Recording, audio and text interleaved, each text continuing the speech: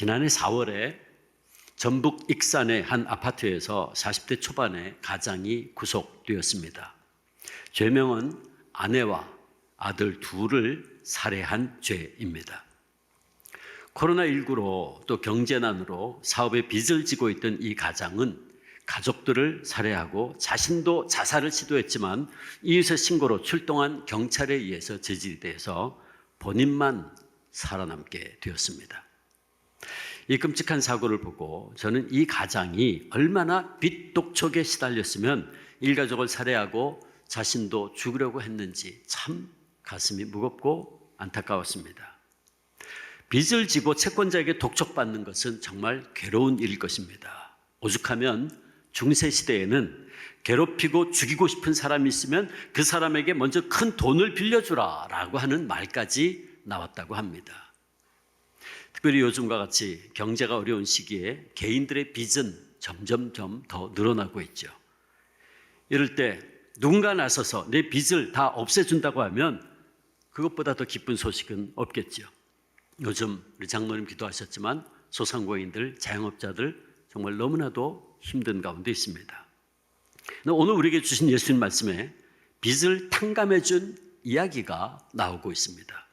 오늘 본문은 실제로 일어난 사건과 그 사건 속에서 예수님께서 하신 비유가 함께 있습니다.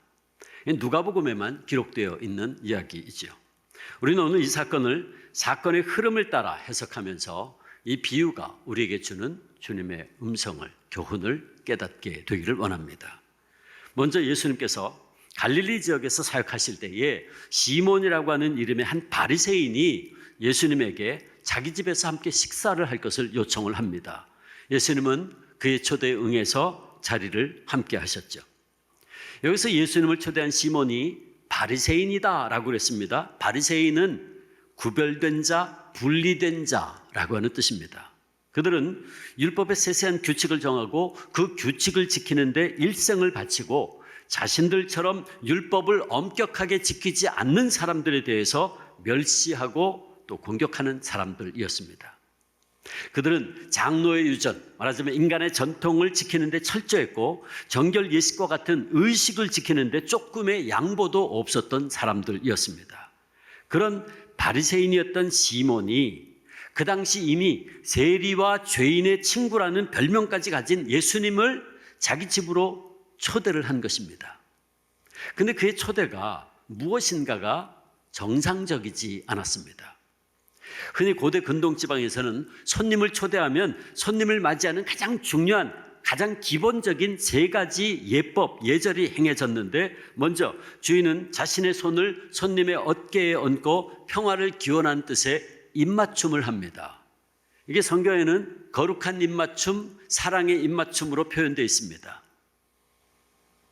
그 다음에 하인들이 손님의 더러워진 발을 물을 가지고 씻어줍니다. 사막 지역입니다. 샌들을 신고 다닙니다. 바깥에서 있다가 들어오면 먼지로 가득하죠. 그래서 늘 발을 씻어주었어요. 또 손님이 식탁 옆으로 기대면, 이 식탁 옆에 기댄다는 것은 팔레스틴 지방의 옛날 그 시대에 식사하는 자세가 바로 이런 자세입니다. 옆으로 이렇게 기대가 왼손으로 기대고 그러고 먹는 거예요. 그래서 손님이 식탁 옆으로 기대면 그 머리 위로 약간의 향료 내지는 기름을, 올리브유를 발라줍니다. 자, 그런데 시몬은 예수님을 초대해 놓고 이들 가운데 어느 것도 행하지 않았어요. 시몬의 이런 행동은 그 당시 풍습으로 보아서는 오히려 예수님을 무시하고 깔보는 듯한 그런 행동인 것이었죠. 그러므로 시몬은 예수님을 초대하되 순수한 동기로는 초대한 것 같지는 않습니다. 그래서 많은 성경학자들은 바리새인 시몬이 예수님을 고소할 거리를 찾기 위해서 뭔가 트집을 잡으려고 초대한 것이다 라고 해석을 합니다. 그러나 또 한편으로는 이 시몬이 예수님을 향해서 선생님이라고 표현해요. 랍비, 레바이라고 부릅니다. 그 호칭을 한 걸 보면 또 그렇게 반드시 부정적인 것만도 또 아니에요. 그러므로 사건의 전반적인 분위기를 보면 시몬은 아마도 반은 멸시하는 태도로, 반은 호기심을 가진 태도로 예수님을 초대한 것 같습니다. 자, 그런데 바로 그 자리에 초대받지 않는 한 여인이 등장합니다. 그 당시에는 이런 연회가 벌어지면 초청된 손님이 와서 식사하고 이야기하는 주변에 누구나 와서 이야기를 들을 수 있고 또 그 손님에게 알고 싶은 것을 물어볼 수도 있었습니다. 이게 팔레스타인의 문화입니다. 더군다나 예수님은 그 당시에 이미 랍비로 선생으로 알려져 있었기 때문에 예수님과 같은 분이 손님으로 초청되어 오면 많은 사람들이 모여서 함께 그의 말을 들었습니다. 그렇게 모여든 사람들 가운데 한 여인이 있었는데 그녀를 가르쳐 37절 보면 그 동네에 죄를 지은 한 여자라고 표현합니다. 이 죄를 지은 여자라는 표현은 그 당시에 창녀들을 향한 일반적인 호칭이었습니다. 그녀는 그 동네에서 사람들에게 몸 파는 죄인이라고 낙인 찍히고 손가락질을 당하고 있던 여인이었습니다. 그러므로 그녀는 감히 그 자리에 올 수 없는 여인이었죠. 더군다나 그 집이 누구 집이라고요? 바리새인의 집입니다. 구별된 자의 집입니다. 거룩한 자가 사는 집입니다. 그런 집에 어떻게 이 여인이 들어올 수 있어요? 바리새인 시몬이나 다른 사람들이 그녀가 그 집에 들어온 것을 알았더라면 그녀는 벌써부터 그 집에서 쫓겨났을 겁니다. 그런데 그날에는 사람들의 모든 관심이 랍비 예수님께 쏠려 있었기 때문에 아무도 그녀가 그 자리에 있는 것을 처음에는 알아채지 못한 것 같습니다. 자, 그렇다면 그녀는 왜 그곳까지 간 것이었을까? 그 대답이 37절에 이렇게 되어 있습니다. 예수께서 바리새인의 집에 앉아 계심을 알고 그녀가 예수님이 바리새인 시몬의 집에 계신다는 걸 알았다는 거예요. 이건 뭘 의미하느냐 하면 그녀가 시몬의 집에 간 이유인데 그녀는 이 사건 전에 이미 예수님을 만난 적이 있었고 예수님의 말씀을 통해서 하나님께서 자신과 같은 죄인도 용서해 주시고 구원해 주신다는 말씀을 들었는데 바로 그 예수님이 바리새인 시몬의 집에 초대를 받아 식사를 하신다는 말을 듣고 알고 그 자리에 갔다. 그 말이죠. 누가는 이 여인이 이미 전에 죄사함을 받은 적이 있었다는 사실을 분명히 밝히고 있는데 예수님께서 말씀하신 비유가 바로 그 증거입니다. 왜냐하면 예수님께서는 비유를 말씀하신 뒤에 뒷부분에 해석을 하시면서 그녀가 용서함을 받았기에 더 많이 주님을 사랑한다고 말씀하셨기 때문입니다. 그러므로 이미 그녀가 전에 예수님을 만났다 하는 것을 이 말씀을 통해 알 수 있죠. 그러므로 그녀는 예수님께서 죄인들을 영접하고 그들과 더불어 잡수시는 모습도 보았고 수고하고 무거운 짐진 자들아 다 내게로 오라 내가 너희를 쉬게 하리라는 주님의 초청의 말씀도 들었던 것입니다. 그래서 그녀는 자기와 같은 죄인을 용서하시고 받아주신 예수님의 그 사랑이 감격스러워서 그 감사를 표현하고 싶었는데 마침 예수님께서 바리새인의 집에 앉아 계심을 듣고 알고 자기가 가장 소중하게 여기는 향유병을 들고 시몬의 집으로 들어간 겁니다. 그리고 그녀는 향유병을 가지고 자신과 같은 죄인도 용서하시고 사랑해 주시는 그 주님 앞에 섰을 때에 감격의 눈물이 복받쳐 올라오기 시작했어요. 모두가 다 멸시하고 모두가 다 비웃고 모두가 다 손가락질하는데 그런 자기가 그 사랑에 조금이라도 응답할 수 있게 된 것이 그런 자기와 같은 사람을 구원해 주신 그 주님의 사랑이 일단 너무너무 놀랍고 감사하고 그래서 자기가 그 사랑에 조금이라도 응답할 수 있는 것이 너무나 감격스러워서 예수님 앞에 서니까 갑자기 복받쳐 오르는 눈물이 쏟아지기 시작한 거예요. 종교개혁가 마틴 루터는 이 여인이 흘린 눈물을 가르쳐서 마음에서 쏟아진 물이었다라고 해석을 했습니다. 그녀는 그렇게 자신의 눈물로 예수님의 발을 적시고 자기의 머리털로 닦고 그 발에 입 맞추고 향유를 부었어요. 사실 향유는 예수님 머리에 부어야 하는데 자신이 주님으로부터 받은 사랑이 너무나 큰데 비해서 자기가 가져온 향유는 초라하고 보잘것없는 것처럼 여겨져서 그녀는 도저히 그 향유를 감히 예수님 머리에 붓지 못하고 발에다 부었던 겁니다. 그녀의 이런 행동을 본 시몬과 그 집안의 사람들은 경악하지 않을 수 없었죠. 창녀인 그녀가 바리새인 시몬의 집에 들어왔다는 것 자체도 있을 수 없는 일이었고 더군다나 그녀가 자신의 머리를 풀어 헤쳐서 예수님의 발을 닦는 행위가 그 당시 풍습으로는 부적절한 행동으로 간주되고 있었기 때문입니다. 이게 무슨 말이냐 하면 유대인 여인들은 결혼식 날에 머리를 올려 매면 두 번 다시 머리를 푼 채로 사람 앞에 나서지 않습니다. 이게 이스라엘의 팔레스타인의 그 당시의 풍습입니다. 1세기 팔레스타인에서는 여인이 자기 머리카락을 가리는 것은 경건을 드러내는 표지였고 경건한 여인이다라는 걸 드러내는 표지였고, 반대로 여인이 공중 앞에서 머리를 푼다는 것은 음란하고 타락한 행위로 보았어요. 그게 팔레스타인의 풍습입니다. 근데 지금 그녀가 자신의 머리를 풀어헤쳐서 예수님의 발을 닦고 있는 거예요. 이게 그 당시의 지금 상황, 그 당시 풍습으로 봐서는 지금 부정한 여인이, 죄인된 여인이 예수님을 지금 어떻게 하는 거예요? 자기 머리를 풀어가지고 예수님을 지금 애무하고 있는 모습까지 같이 보인 거예요. 지금 그 당시 풍습에서는 그렇게 해석될 수 있는 거예요. 그런데 예수님이 그런 그녀의 행동을 막지 않고 그대로 내버려 두고 있었어요. 따라서 그 자리에 있던 시몬과 모든 사람들은 경악할 수밖에 없었죠. 이건 뭐지? 그래서 시몬이 그 마음속으로 이렇게 이야기합니다. 39절. 이 사람이, 예수님이 만일 선지자라면 자기를 만지는 이 여자가 누구이고 어떠한 자, 곧 죄인인 줄을 알았으리라 라고 속으로 생각하는 거예요. 지금 시몬의 입장에서 말한다면 그가 본 거는 한 타락한 여인이 예수님을 지금 공개적으로 만지고 있는 현장입니다. 있을 수 없는 장면인 거죠.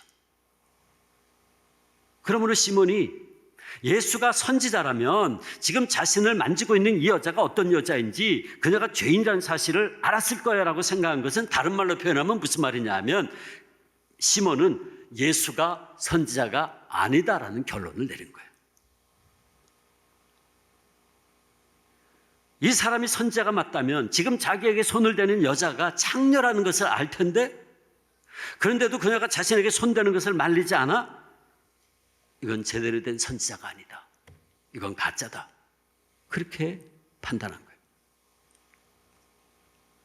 그는 정말 예수님이 예언자이고 존경할 만한 사람인지 시험하려고 초대를 했는데 예수님이 여자의 행동을 그대로 용납하심을 보고 내 판단이 옳았구나 그랬던 거죠. 그리고 이런 시몬의 마음을 알아챈 예수님께서 시몬에게 이야기하십니다. 시몬아, 내가 너에게 할 말이 있다. 그리고 이 비유를 말씀하신 거예요. 비유의 내용이 뭡니까? 빚주는 사람에게 빚진 자가 둘이 있어 하나는 500데나리온을 졌고 하나는 50데나리온을 졌는데 갚을 것이 없으므로 둘 다 탕감하여 주었으니 둘 중에 누가 그를 더 사랑하겠느냐? 예수님의 이 비유를 풀어서 설명하면 이런 겁니다.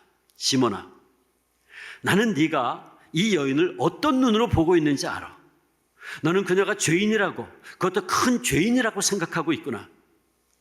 네 판단에 의하면 이 여인은 500데나리온을 빚진 자이고 너 자신은 죄를 적게 범한 자, 즉 50데나리온 빚진 자라고 생각하는구나. 그런데 하나님의 구속의 은혜로 말미암아 두 사람 너희 모두 죄사함을 받았어. 그렇다면 네가 보는 견지에서는 죄를 용서해 주신 분을 누가 더 사랑하겠니? 그러자 예수님의 이 질문에 시몬은 마지못해 대답합니다. 43절. 내 생각에는 많이 탕감을 받은 자입니다. 그러자 예수님께서 네 판단이 옳다. 그렇다. 그러고는 44절에서 47절까지 설명하십니다. 그 내용을 제가 의역을 해보겠습니다. 보세요. 근데 시몬아, 너는 이 여인을 제대로 보지 못하고 있구나. 내가 널 도와서 그녀의 참모습을 보게 해주마. 나는 너희 집에 왔다. 네가 나 초청했지. 내가 지금 네 집에 왔어. 그런데 너는 우리 문화에서 하는 최소한의 예의도 소홀히 했어. 너는 나에게 발 씻을 물도 주지 않았지. 근데 그녀는 내 발을 자신의 눈물로 적시고 그 머리카락으로 닦아주었어. 너는 나에게 일상적인 입맞춤의 인사도 하지 않았지. 근데 그녀는 내 발에 열심히 입을 맞추었어. 너는 내 머리에 기름도 붓지 않았는데 그녀는 나에게 가장 좋은 향유를 가지고 와서 그걸 내 발에 부었어. 시몬아, 너는 내가 만일 선지자라면 그녀가 누구인지 알 수 있을 거라고 말했지. 시몬아, 근데 너 그녀를 어떻게 알 수 있니? 내가 보기에 그녀는 많은 죄를 용서받았고 나는 그것을 그녀가 나를 많이 사랑하는 걸 통해 알 수 있어. 그런데 너는 어떻니? 너는 나를 적게 사랑하는구나.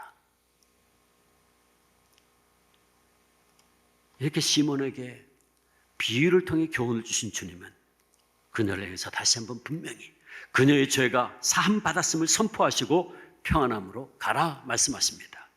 여러분, 결국 예수님께서는 바리새인 시몬의 집에서의 사건과 이 비유를 통해서 우리에게 교훈을 뭘 교훈하냐면 우리가 하나님으로부터 받은 용서의 사랑을 더 깊이 깨달으면 깨달을수록 우리는 하나님을 더욱더 사랑하게 된다는 교훈을 가르치고 있어요. 반면에 우리가 받은 용서의 사랑을 깊이 깨닫지 못한다면 우리는 사랑받은 감격이 적기에 다른 사람들을 쉽게 판단하고 정죄하고 하나님의 사랑에 응답하지 못하는 바리새인 시몬처럼 된다는 것입니다. 그렇다면 사랑하는 성도 여러분, 이제 오늘 본문의 사건과 이 비유를 생각하면서 우리 각자에게 질문을 한번 던져봅시다. 이 이야기에 나오는 인물 이 두 사람 가운데 우리는 어느 쪽에 더 가깝다고 생각하십니까? 바리새인 시몬입니까? 아니면 이 이름 없는 한 여인입니까? 시몬은 예의는 갖추고 있었지만 사랑은 없이 예수님을 형식적으로 초대했어요. 그는 예수님에게 발짓을 물도 들이지 않았고 입맞춤이나 머리에 향유나 기름을 붓는 일, 가장 기본적인 일조차 하지 않았어요. 그 외견상으로는 분명히 예수님을 초대했어요. 그래서 가장 가까이 모셨죠. 그리고 겉으로는 예수님을 향해서 선생님, 랍비라고 존칭어를 붙이며 예수님의 말씀을 듣고자 했어요. 맞아요. 그러나 안타깝게도 그는 예수님을 만날 때에 가장 중요한 최고의 감격스러운 체험이 무엇인지를 깨닫지 못하고 있었어요. 그는 빚을 많이 진 사람이 그 빚을 탕감받는다는 것이 얼마나 감격스럽고 감사한 일인지를 몰랐어요. 즉 죄인이 그 죄를 용서받는다는 것이 얼마나 큰 은혜고 감사한 일인지를 모르는 사람이었죠.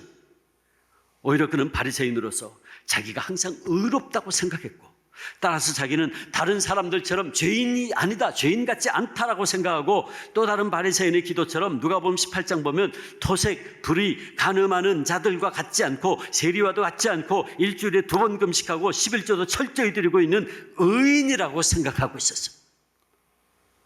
그러기에 그의 마음을 사로잡고 있는 것은 사랑과 용서로 인한 감사와 감격이 아니라 남의 죄를 판단하고 정죄하는 것뿐이었어요. 그런 상태에 있었기 때문에 예수님은 이 시몬을 향해서 47절에 보면 사함을 받은 일이 적은 자는 적게 사랑하느니라 라고 그에게 말씀한 거예요. 사랑하는 성도 여러분, 오늘도 한국교회 안에는 예수님을 만난 것 같지만 시몬처럼 만나는 이들이 꽤 있습니다. 이런 분들은 겉으로 보기에는 주일에는 이렇게 교회에 나와 교인으로서의 모든 예의를 갖추고 예배를 드립니다. 그러나 이렇게 예수님 앞에 나와서 주님을 외치고 있어도 그 심령에 진정 예수님을 사랑하고 섬기고자 하는 마음이 없다면 그는 바리새인 시몬의 모습과도 같다. 예수님의 십자가의 사랑을 통한 죄사함 때문에 흘리는 뜨거운 눈물이 오늘 저와 여러분의 심령 속에 있습니까? 여러분 주님 처음 만났을 때 주님 날 위해서 그 고통당하시고 물과 피를 다 흘리신 그 은혜 깨닫는 그 순간 그것이 너무너무 감사해서 뜨거운 눈물을 흘렸던 그 눈물 다 어디 있습니까? 내가 예수님을 믿음으로 말미암아 하나님의 자녀가 되었다는 사실, 이것 하나 때문에 누릴 수 있는 기쁨이, 감사가 오늘 우리의 심령 속에 있습니까? 만일 그렇지 못하다면 우리는 어느새 나도 모르는 사이에 시몬이 되어가고 있는 겁니다. 만일 우리가 주일 성수나 11조와 같은 가장 기본적인 청지기 삶을 제대로 지키지 못하고 있다면 그것은 어쩌면 시몬이 예수님께 해야 했었던 최소한의 예절, 입맞춤, 발씻음, 향유 부음을 하지 않은 것과 같은 모습이 아니겠습니까? 저는 바라기는 우리 주 안의 모든 성도님들은 우리의 죄사함 받은 기쁨과 감사를 가지고 예수님을 진심으로 대접하고 사랑하고 섬기는 이 여인과 같은 죄인 아닌 죄인 되기를 원합니다. 파스칼이 이런 유명한 말을 했어요. 사람은 두 가지 종류의 사람이 있다. 사람들 가운데는 자신을 의인시하는 죄인과 자신을 죄인시하는 의인이 있다 그랬어요. 자기를 의인시하는 사람 누구예요? 이 시몬과 같은 죄인. 그는 결코 주님을 향한 사랑의 감격을 가질 수가 없어요. 그러나 자신을 죄인시하는 의인이었던 이 여인은 용서함 받은 그 은혜가 너무나도 감사하고 감격해서 그녀의 그 감격적인 눈물로 주님의 발을 적시고 자기의 머리털로 닦고 그 발에 입 맞추고 그녀가 가장 소중하게 여기는 향유를 그분의 발에 부어드린 최고의 사랑과 섬김을 한 겁니다. 사람들은 그녀에게 손가락질하고 비난했지만 그녀는 더 이상 주님으로부터 받은 그 죄사함의 은혜와 그 사랑이 너무나 감사해서 더 이상 다른 사람들의 비난과 시선에 신경 쓰지 않습니다. 그 시간, 그 순간 그녀는 오직 주님만 바라보고 주님만을 섬기고 있어요. 그런 그녀에게 예수님 다시 한번 말씀하십니다. 네 죄사함을 받았느니라. 과거형입니다. 원문에 보면 과거형이에요. 너 이미 전에 죄사함 받았어. 그걸 다시 확인시켜 주는 거예요. 너 죄사함 받았느니라. 과거에. 그리고 네 믿음이 널 구원했으니 평안히 가라 선포하십니다. 이때 그 여인의 감격이 어땠겠습니까? 그녀는 지금까지 시몬과 같은 사람들을 통해서 죄인이라고 장렬하고 멸시와 천대를 받아왔어요. 그녀는 자신을 최악의 인간이라고 정죄하고 비난하는 사람들 속에서 참으로 고통스러운 삶을 살아왔어요.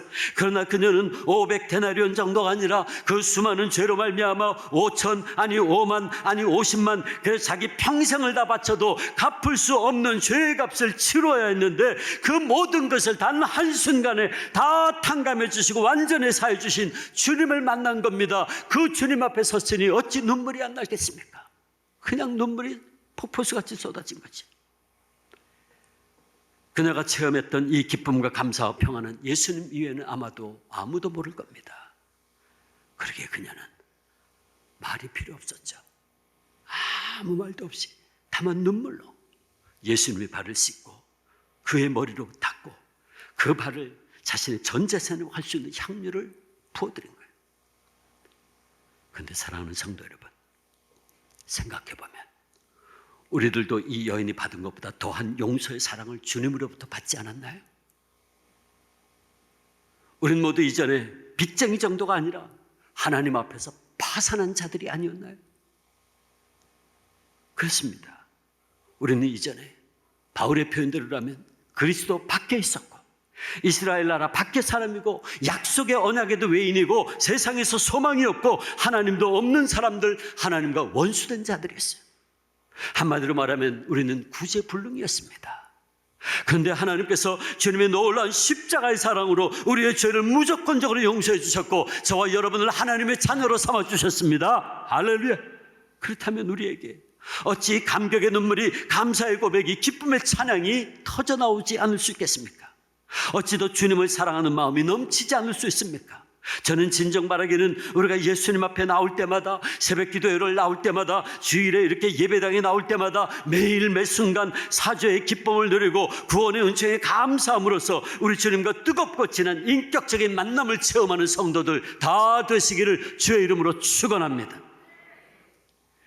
지금은 돌아가셨지만 제가 참 존경했던 목사님 한 분 계십니다. 제가 신일고등학교를 졸업했는데 그 교목으로 있었던 목사님이십니다. 그분의 간증을 하나 소개하겠습니다. 이 목사님께서 어떤 선한 일을 위해서 헌신하고 기도하던 중에 재정이 모자라게 되었습니다. 그래서 목사님은 한 성도에게 하나님의 일을 설명하고 솔직하게 이 재정을 후원해 줄 수 있는지를 물었습니다. 그랬더니 그 성도님이 집에 가서 아내와 함께 의논해 보겠다고 했는데 얼마 후에 부부가 목사님께 재정을, 후원금을 가지고 왔어요. 근데 알고 보니까 그 집은 목사님이 알았던 것과는 다르게 경제적으로 그 당시 이렇게 여유가 있는 형편이 아니었습니다. 사업을 하는 분이었거든요. 그래서 목사님께 가져온 그 재정을 알고 보니까 빚을 내가지고 가져온 것이었어요. 그 목사님 그 사실을 알고서는 놀래가지고 받을 수 없다고, 이건 못 받는다고, 가지고 가라고 그랬어요. 근데 그 성도님이 단호하게 뭐라 그랬냐면, 이거 목사님께 드린 것이 아니고 하나님의 사역을 위해서 드린 거니까 자신들은 그것으로 만족하고 감사하다, 그렇게 얘기하는 거예요. 내외간에 기도하고 의논을 했는데 이렇게 결론을 내렸다는 거예요. 우리가 지금까지 집 사고 차 사고 사업하고 자식 키우고 공부시키고 뒷바라지 하느라고 빚져본 일은 있지만 예수님 위해서, 예수님을 위해서 빚져본 일이 언제 한 번이라도 있었느냐, 그 질문을 했다는 거예요. 그래서 부부가 이번에 예수님을 위해서 한번 빚져보자 결심을 했다는 거예요. 우리가 탕감받은 게 얼만데, 세상에 돈으로 환산할 수 없는 죄의 탕감을 받았는데, 입으로는 늘 주님께 빚진 자라고 하면서 사실은 주님께 우리가 받기만 해오지 않았냐. 그러다 처음으로 주님으로 인해 주님을 위해서 빚을 지게 될 이 축복의 기회가 주어졌는데 우리가 어떻게 이 축복의 기회를 놓칠 수 있겠느냐. 그래서 당장 빚을 내서 주님께 가지고 왔다는 거예요. 그 이야기를 들은 목사님이, 그 성도님들이 목사인 자신보다 훨씬 더 큰 빚을 탕감받은 자들로서 하나님을 더 많이 사랑하는 성도들이었다라고 간증을 했어요. 사랑하는 성도 여러분, 오늘 우리는 어떻습니까? 저는 바라기는 주님께로부터 받은 사랑과 은혜는 한이 없는데 주님을 위해서 우리가 한 일은 너무나 적고, 주님께로부터 빚진 것은 너무나 많은데 주님께 갚아드린 것은 너무나 적으니 그저 주님 앞에 나올 때마다 내 얼굴 감히 못 들고 눈물을 흘릴 수밖에 없는, 그렇게 주님을 사랑하는 우리의 심령 되기를 원합니다. 그리고 이렇게 복된 주일에 주님 앞에 나와서, 예배당에 나와서 그저 의식적으로만 참석하고 돌아가는 것이 아니라 예배 순서 하나하나를 통해서 또다시 회개의 눈물을 흘리고 감사의 양류를 주님께 부어드리면서 예수님과 인격적인 만남을 갖고 돌아갈 수 있기를 축원합니다. 이 예배 시간에 참석은 했지만 실제로는 주님과 눈도 제대로 한번 맞추지 않고 돌아가는 이가 우리 가운데는 한 사람도 없기를 바랍니다. 이 죄 많은 여인처럼 이 예배 시간에, 지금 이 시간에 성령님의 감화 감동으로 주님과 깊은 만남을 통해서 주님의 음성을 또다시 듣고 주님의 만져주심을 체험하고 치유와 회복을 경험하고 하나님의 영광을 배웁게 되기를 축원합니다. 누가 더 주님을 많이 사랑할 수 있습니까?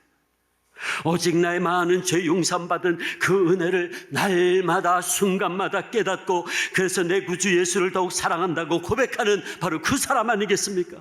바라기는 우리가 먼저 받은 이 죄사함의 은혜와 십자가의 사랑을 늘 감사하면서 주님을 위해서 헌신하고 눈물과 사랑으로 주님의 몸된 교회를 섬기고, 우리가 먼저 받은 이 십자가의 사랑과 은혜를 담대하게 나아가 전하는 주 안의 모든 성도님들 되시기를 주님의 이름으로 축원합니다.